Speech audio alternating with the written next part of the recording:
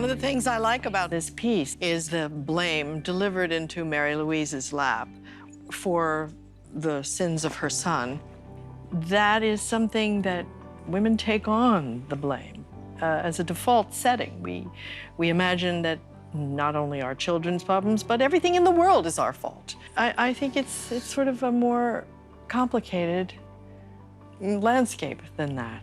And this piece enters into that very bravely. I think it'll raise a lot of questions. I think that was our main goal, because whether you agree or you don't agree with the judgments or things that are said within the show, I hope it ignites conversation in living rooms and with other people to talk about what is a mother responsible for? What is a mother's also role? As people, what we are responsible for. people. I think it's so interesting what can seem like very small moments in life. My mom grew me up and provided for me and kept me safe and taught me and gave me all of her wisdom. And I was able to grow her up as well. We had a very kind of symbiotic relationship, and we still do. I mean, if we're shaping other people, we're shaping our children.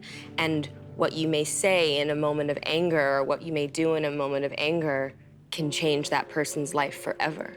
As much as we're saying the women and the mothers in the show, there is the parenting, which is nature versus nurture. That's right. And, you know, we've chosen to explore the women because to have then digressed into those male roles would have taken away from this, which, and there's just not enough. We could have done 16 hours, but, we would have all been. But that's why I said people and not women. That's what we're exploring here. But the moment where we see Bonnie's mom when she was little and the way she spoke to her and talked, you know, all of that, you see how that affected her. And I'd hope that people watch the show and realize, oh, I have to be really careful about the things I do and say to people because it can change them forever. Wait till you're a mother.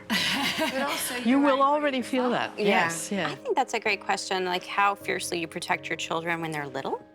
And then my character has a teenage daughter, which is a whole other stage of life that I'm actually going through, which is interesting. And then there is the mother who's still mothering her child, who's passed away, he's been married, he's had children. So it's kind of fascinating to explore motherhood from so many different generations and angles. I was also very interested in, I think, the challenge, but the humanity in both Renata and Mary Louise as perhaps the kinds of people whose scars are worn so close to the surface that it's almost hilarious and devastating at the same time. And from one scene to the next, things could be comedic or flattening, and maybe that's a delicious reminder in life too, because we've talked about this a lot, the tone of the piece, you know, that it's all tones, because when you're in the mess of scars, everything is possible.